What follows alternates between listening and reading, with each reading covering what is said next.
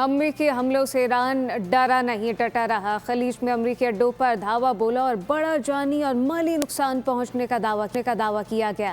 امریکی حکام نے بھی 2 فوجیوں کی ہلاکت اور متعدد کے زخمی ہونے کی تصدیق کر دی ہے۔ اس پیش رفت نے 2 طرفہ کشیدگی کو مزید ہوا دی ہے۔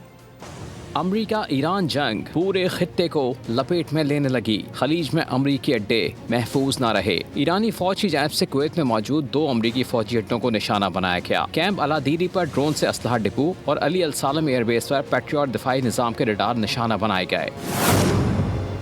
ایرانی میزائلز اور ڈرونز نے اردن میں سب سے زیادہ تباہی مچائی۔ امریکہ کو بھی نقصان ماننا پڑا۔ حکام کے مطابق اردن میں امریکی فوجی اڈوں پر 4 بڑے حملے کیے گئے۔ حملوں میں 2 امریکی فوجی ہلاک ہوئے اور درجنوں اہلکار زخمی ہوئے۔ متعدد ہیلی کاپٹروں کو بھی نقصان پہنچا۔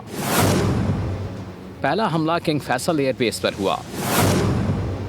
رہائشی عمارت کو نشانہ بنایا گیا۔ کم از کم 5 امریکی اہلکار زخمی ہوئے۔ دوسرے حملے میں بلیک ہاک ہیلی کاپٹروں کو شدید نقصان پہنچا۔ اس کے بعد الزرق ایئر بیس پر میزائل داغے گئے۔ بنکروں میں پناہ لینے والے تقریباً 20 امریکی فوجی زخمی ہوئے۔